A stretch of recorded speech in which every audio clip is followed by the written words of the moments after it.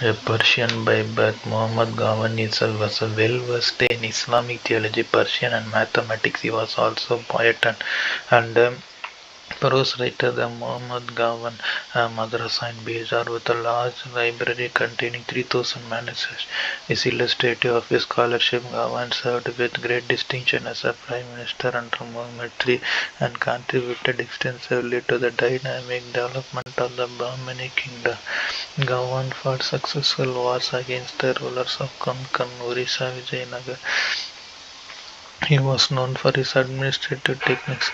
He used Persian chemists to teach the preparation and use of gunpowder. In his war against the Vijayanagar kings in Belgaum, he used gunpowder in order to tighten the administration and to curb the power of provincial governors who functioned virtually as kings. Gawan divided the existing four provinces of the Bahmani Sultanate into eight. And this is not only limited the area under the rule of each governor, but also made the provincial administration more manageable. He placed some districts in the provinces directly under central administration. Governors sought to curtail the military powers of the governors by allowing them to occupy only one fort in their territory. The other forts remained under the Sultan's direct control.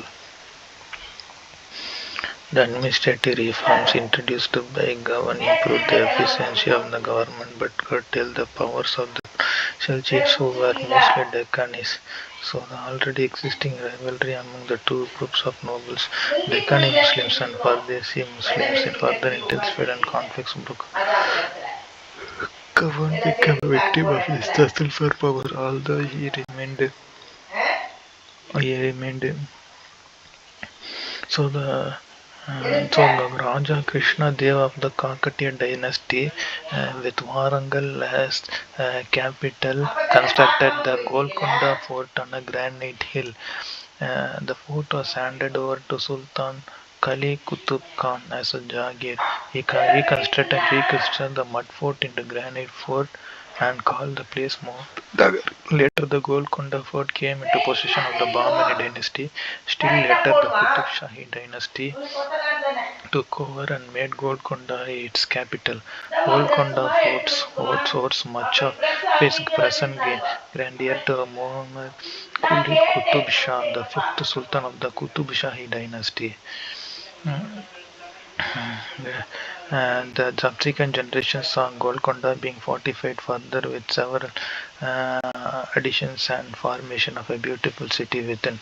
Golconda was famous as a diamond market. It has the best known diamonds including the Kohinoor. The Golconda fort is located about 11 kilometers from Hyderabad in a hill 120 meters height. The Golconda Fort is popular for its acoustic architecture. The highest point of the fort is Bala Hisar.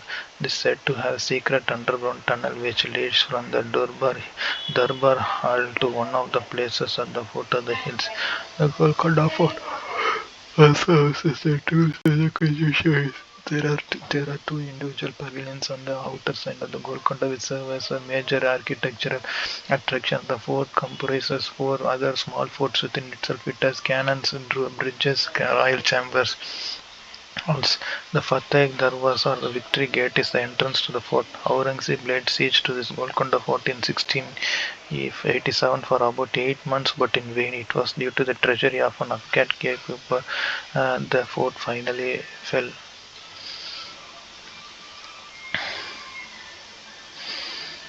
The Bahmanis constructed many buildings in cities such as Gulbarga, Bidar and Bijapur. Numerous mosques, madrasas, libraries, Jami Masjid at Gulbarga, Golconda Fort at Hyderabad, Gol Gumbaz at Bijapur, um, and Chand Minar at Bidar are some of the best specimens.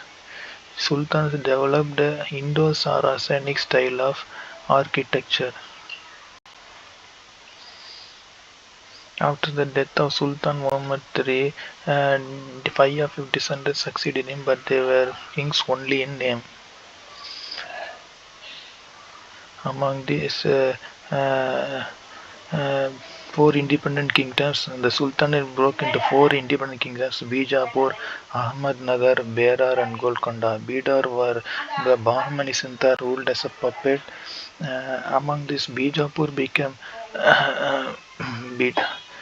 Bidar, Wahmi Sultan, ruled as a puppet, became fifth one. Among this, Bijapur became powerful by annexing Bidar and Berar in course of time.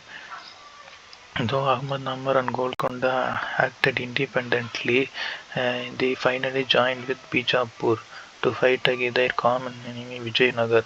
Vijayanagar uh, was utterly routed in the Battle of Talikotta or Rakshashi-Tangadi in 1565.